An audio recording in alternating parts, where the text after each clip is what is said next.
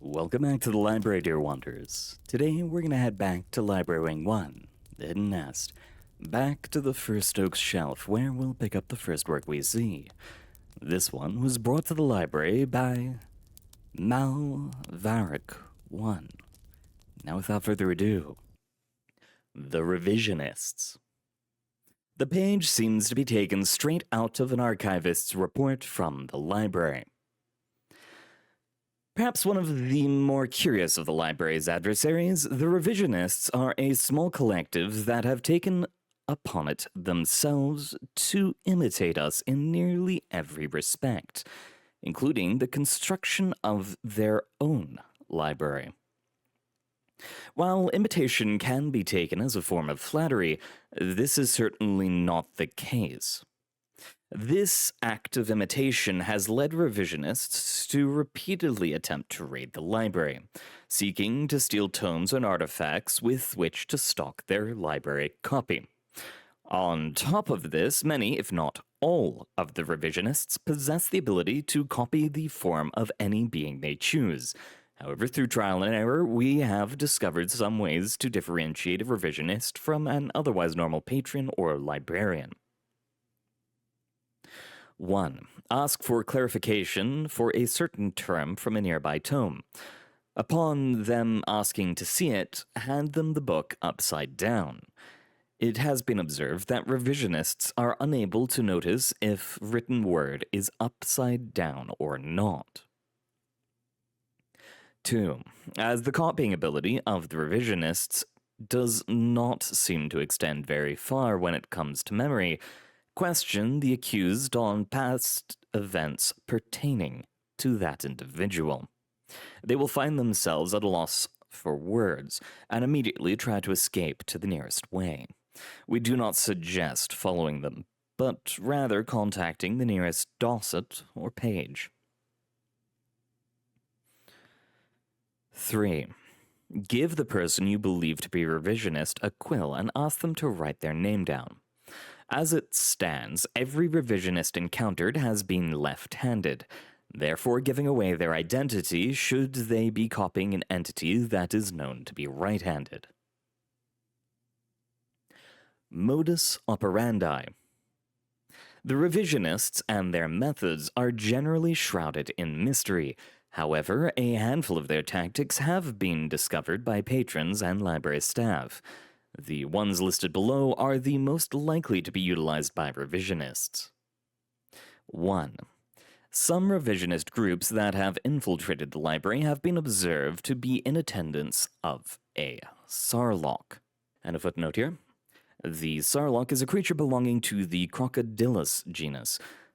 Anything fed to it will have a perfect copy excreted, with the exception of food and water. Using its duplication ability, they attempt to feed it as many books as possible and retrieve the copies from its excrement before retreating through a nearby way. 2. Utilizing a variety of unknown objects and at times even sacrifices, the revisionists seem to possess a ritual capable of deciphering the conditions needed to access a way or perhaps even direct it. However, from what the library staff has observed, this ritual has a very low success rate, and often ends with all participants being deconstructed by the way portal. 3.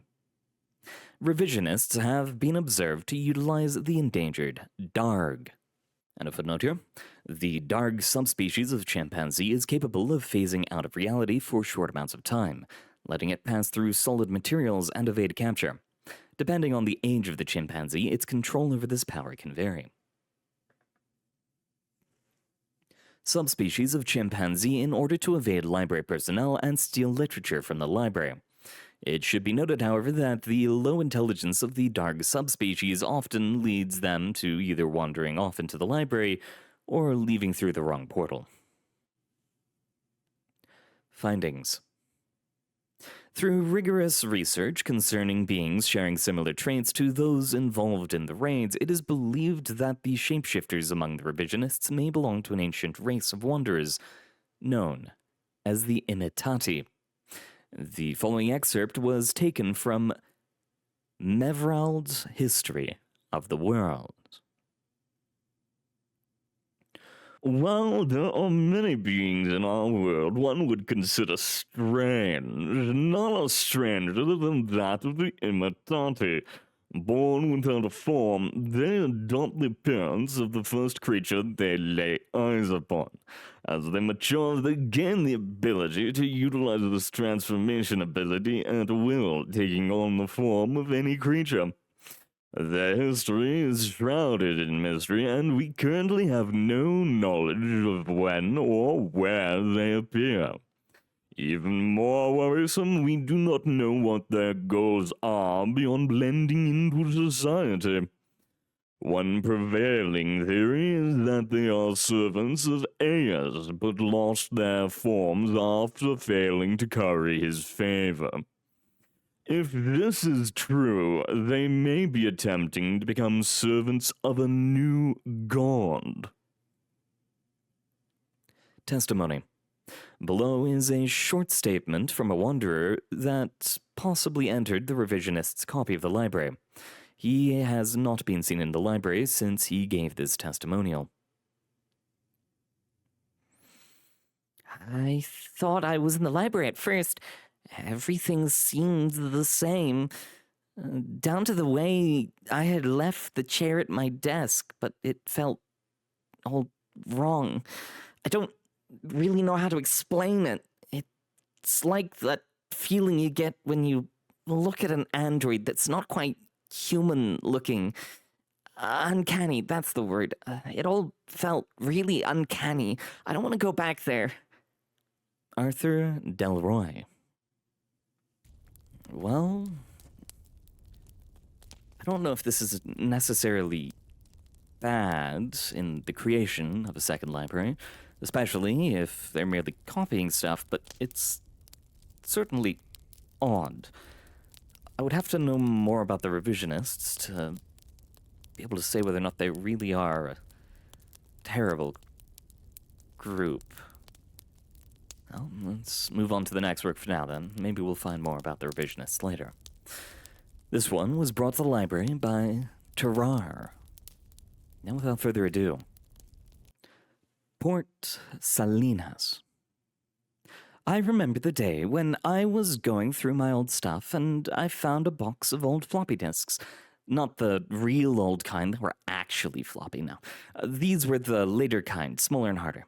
Now, my family used to have a whole bunch of these things, and for some odd reason here, I had about 3.5 dozen of them. Well, maybe it wasn't that odd, seeing as my father, Christoph, pretty much gave me all his computer junk before he passed away. Okay, so maybe it was pretty odd after all. We were a weird bunch. Anyway, most of it consisted of old programs and text files containing stuff I didn't really care about much just then. Probably tech stuff, seeing as BTCOS was still in use back then. And anyone who used it most likely had batch files saved somewhere to make using that damn system less painful to your sanity. There were two that caught my eye, though. One was a disc that had a shareware copy of Castle Hasselhoff. You know, that really old Nazi killer game. I guess it sat on that desk for a good 35, maybe 40 years, just waiting to be registered for the low, low price of 50 credits. Or its equivalent in old dollars, or whatever they used back then. The other was a generic floppy that had something written on the label in thick felt tip. It was an old city of mine from Mayor 2, the city sim. Pity it's not being developed by morning these days. Must have been one of my first cities, seeing as I put it on one of those things in the first place. Naturally, I had an intense desire to see my dear town again. There was just one thing stopping me, and that was the fact that no computer these days had a floppy drive. It's all data chips now, see? I was pretty sure I had an old floppy reader in my dad's stuff, though, and after the better part of a day looking, I found it. Then all I had to do was find my soft copy of the game, easy enough, install it on my locks machine, which wasn't nearly as easy, plug in the reader, and go back to Port Salinas. It's been a long while, yet nothing has changed. Nothing. Despite the actions and lamentations of our citizenry, we have scoured every inch of our burg, especially the most honorable mayor's residence, for some sort of clue or sign from him. Sent countless messages and prayers, and still our fair city stands frozen in time. There's no escape. We've tried that already. The borders are impassable, and we've found out the hard way, some of us more than others. The first inkling that something was wrong were the hundreds and hundreds of cars that first crashed into the municipal boundaries, some of them sheared in half. The 8:15 outbound express crushed like an accordion. When the authorities arrived at the crash sites, so did the realization that nobody could die anymore.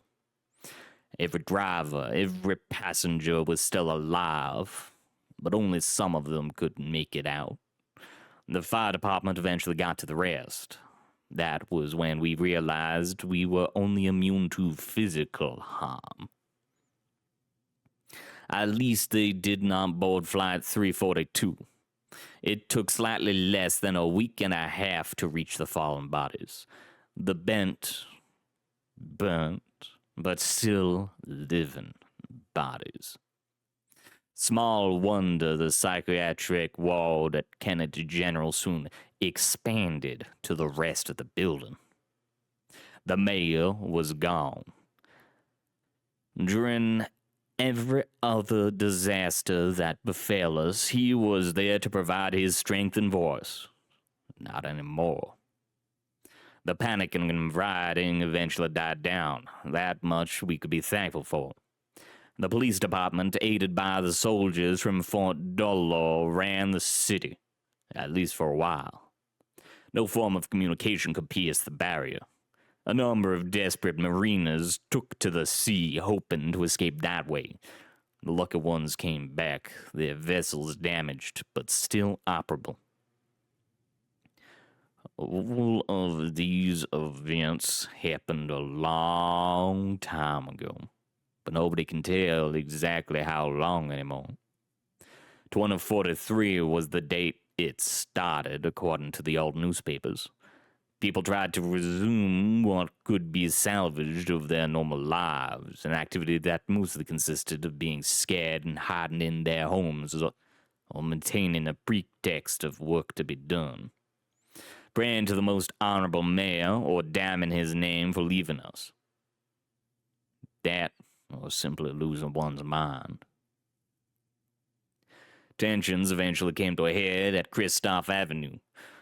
The suppression effort mounted by what remained of the police fell apart when most of them joined the fighting.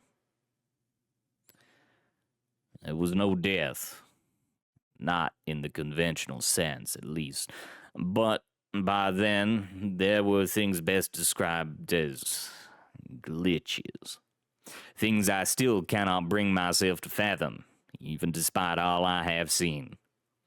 All I have allowed myself to remember is that the road does, used to, not normally eat people. At any rate, the true believers of the most honorable mayor ran what was left of the streets for a while longer. One of my close friends, William, told me something of a note before he became completely insane. While we were all prisoners in our own city, we could at least still see the surrounding land outside our borders. It, too, was stuck in time, and for a number of us, the view proved to be the straw that broke the llama's back, so to speak. But William, before he abandoned rational thought, as so many of my fellow citizens have, he spoke to me of the true face of our municipality. He spoke of the blocks everything was supposed to be constructed of, and the raw veins of numbers embedded in their flesh. and of the great void outside just beyond the invisible wall. After a moment of shivering in what I assumed to be raw terror, he started to elucidate on what he claimed to have seen in the sky. Something watching us, visible and yet not visible. A power even greater than the mayor himself. That was when he slipped over the brink. I had to leave him to his heresy. There weren't many left that possessed clarity of mind. City Hall, the grand bureaucratic center of our municipality, stands cold and quiet. There is not much need for municipal administration in a city that stands still. Its steel and concrete arteries silent. Its trains stuck to the tracks and its borders impassable. The census data, the figures and numbers collected for the glory of the mayor and the advancement of our city mean little now. But the printers are far from inactive. Every hour of every day, they have been printing endless pages of a single message.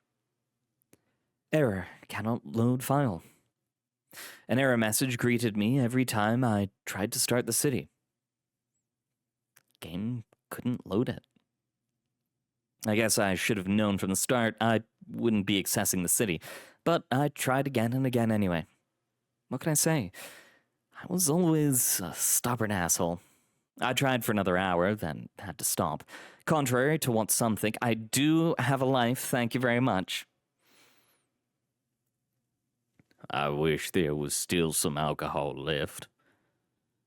We have no need to drink or eat or sleep, but it would still help. Perhaps the only thing that kept me from losing my head is the knowledge that he will return eventually. He could not have left us out of malice or forgetfulness. Despite our grim situation, we knew we had to do something.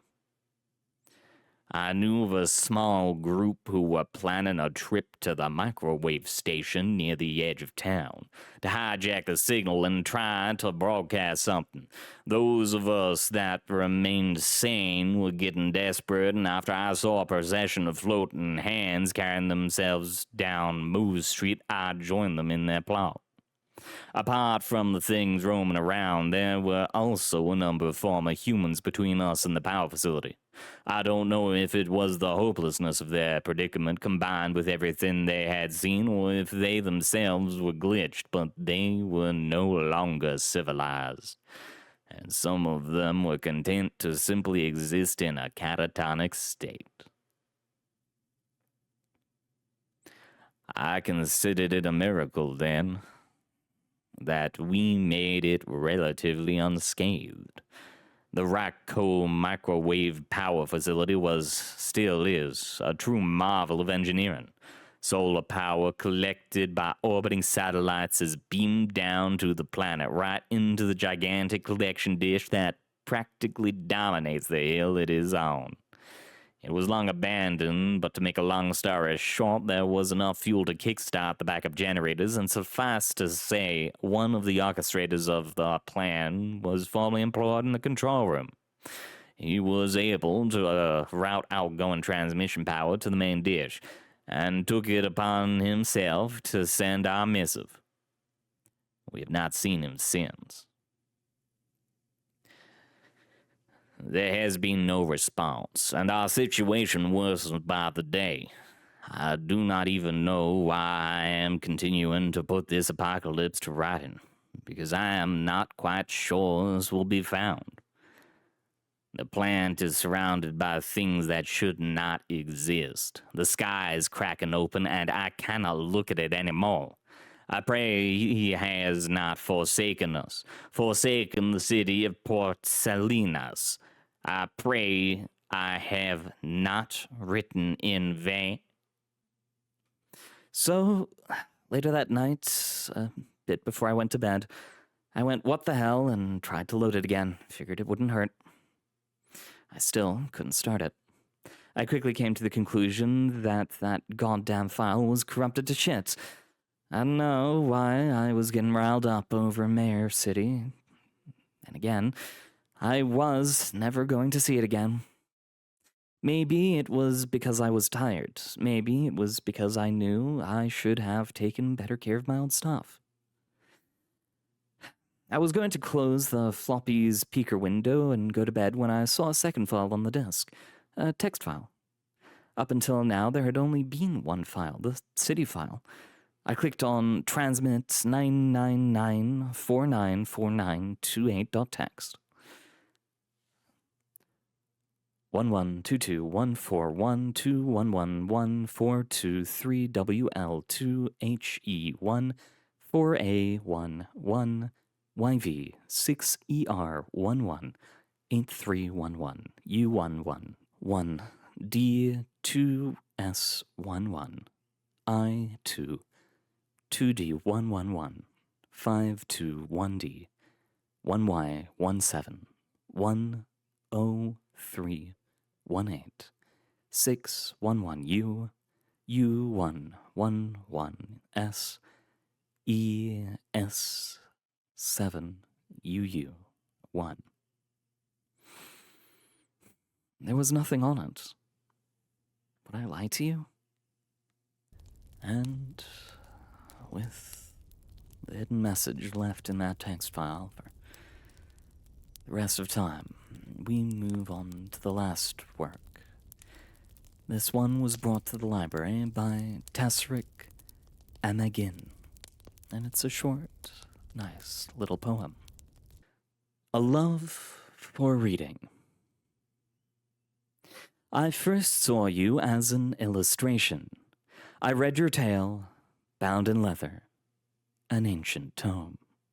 I laughed with your triumphs. I cried with your sorrows.